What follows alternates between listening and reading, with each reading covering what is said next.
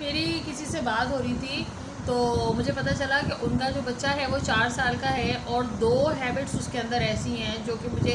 और भी मदद से पता चली। एक तो ये कि वो फीडर नहीं छोड़ता और एक ये कि वो पॉटी ट्रेन नहीं है, क्योंकि जब उसको पॉटी ट्रेन की जाती है तो वो घर में माँ के लिए बड़ी परेशानी होती है और घर में बाज़ जो और लोग हैं वो बड़ा मुंह बनाते हैं कि यार तुम्हारे बच्चे ने यहाँ पॉटी कर दी, वहाँ पॉटी कर दी, यहाँ पिशी कर दी। और माँ जो है ना फिर उस डर से उस बच्चे को वो पहना देती है, पैम्पर पहना देती है। तो उसने कहा आपा ऐसा क्या करूँ कि अच्छा मारती है अगर वो माँ तो भी दादी को तकलीफ़ होती है, दादा को तकलीफ़ होती है कि बच्चा है मत करो, या ये कि बाप को हो जाती है कि भाई तुम मारती बहुत हो, या फिर माँ को ही रहम आ जाते हैं कि अरे यार छोटा है छोड़ो, और या फिर इस आसानी से आसानी के चक्कर में बच्चे को पैम्पर छुड़ाया नहीं जा रहा कि भाई हो जाएगा यार, अब कौन बार बार बच्चों की शॉर्ट्स धोए, बच्चों के कपड़े धोए, बच्चे को धुलाए, लंबा काम है, छोड़ो। तो उसने मुझे कहा कि ऐसा कोई तरीका बताएं, क्या आपने कभी कोई ऐसा तरीका अप्लाई किया कि जिसमें बच्चे जो है वो पॉटी ट्रेन भी हो जाए और उन्हें मारना भी ना पड़े। मैंने कहा हाँ बहुत किया। मैंने अपने बच्चों के लिए क्या किया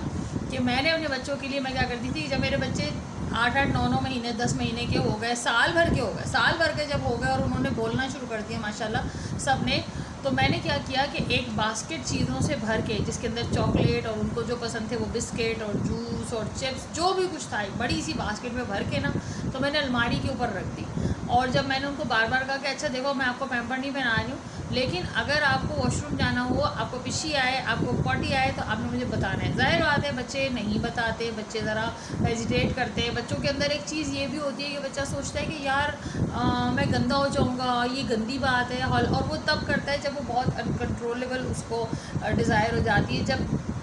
बहुत ज़्यादा वो तकलीफ़ में आ जाता है तो जाके वो करने पे मजबूर हो जाते हैं, क्योंकि बहरहाल वो रोक नहीं पाता। और उसमें जो है ना आपने देखा होगा कि बहुत सारे बच्चे दरवाजे के पीछे छुप जाते हैं, कहीं छुप जाते हैं क्योंकि उनको ऐसा लगता है कि उन्होंने कोई गलत काम कर दिया है और अब मम्मा नाराज़ होंगी क्योंकि उन्होंने तो कपड़े गंदे कर दिए, उन्होंने तो कारपेट गंदा कर दिया, उन्होंने तो बिस्तर गंदा कर दिया, उन्होंने तो जगह गंदी कर दी। क्योंकि ये खौफ हम उसके अंदर डालते हैं कि चीज़ें इंपॉर्टेंट हैं लेकिन तुम जो लर्न कर रहे हो वो इम्पॉर्टेंट नहीं है, ठीक है ना। और हमें सफाई भी करनी पड़ती है, हमें उसके लिए घर के अंदर हाइजीन का प्लस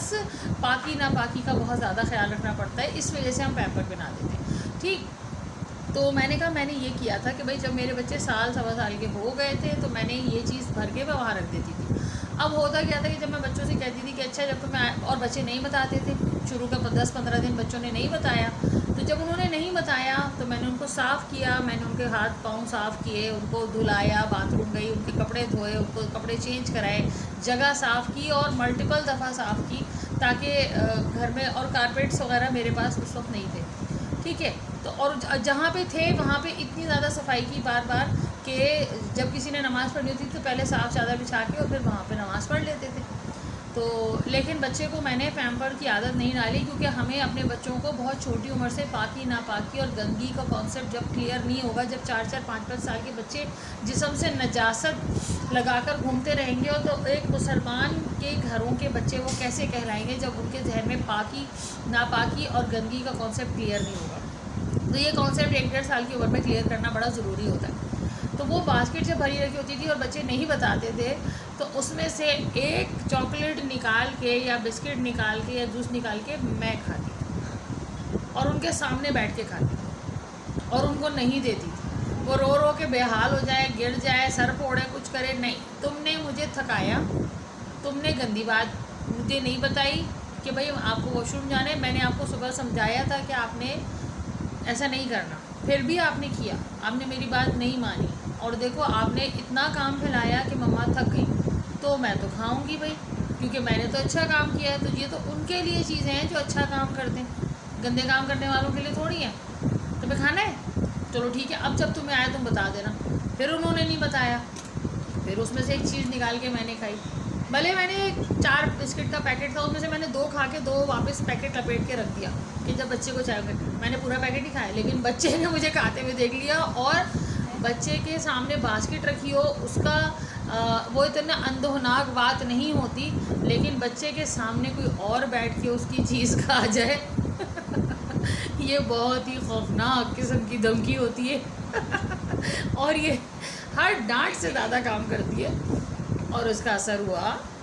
2 से 3 दिन के अंदर मेरे बच्चों ने बताना शुरू कर दिया, और जब ये मैं इनको वॉश करा के लाती थी वॉशरूम से और ये खड़े होते थे कि मम्मा हमें कपड़े पहना दें, पैंट की पहना दें, शॉर्ट्स पहना दें। तो उससे पहले कह रहे होते थे चीज़ दो मम्मा, चीज़ दो। हाँ हाँ दे रही हूँ आपको, फ्रॉक पहना दूँ, आपको शॉर्ट्स पहना दूँ, फिर देती हूँ। नहीं पहले चीज़ दो, नहीं पहले चीज़ दो। फिर उसके बाद मैं इनको चीज़ देती थी और हाथ को धुला वुला के लाई होती थी, और उसके बाद इनको कपड़े पहना के और तैयार कर देती थी। और जब फिर इन्होंने किया, फिर मैंने खाया बैठ के, सामने बैठ के खाया। जूस का डब्बा खोला, पिया और रख दिया फ्रिज में ऊपर, फ्रीज़र में, नहीं मिलेगा। तो मतलब बुरा नहीं पिया, लेकिन बच्चे के लिए बड़ी खौफनाक बात होती है, उसके सामने बैठ के कोई खा रहा है और उसको नहीं दे रहा, और रोज़ की अम्मा है। तो ये ट्रिक मेरे घर में तो बहुत अच्छी काम कर गई थी। आप लोगों के घर में काम करे तो ज़रूर बताइएगा।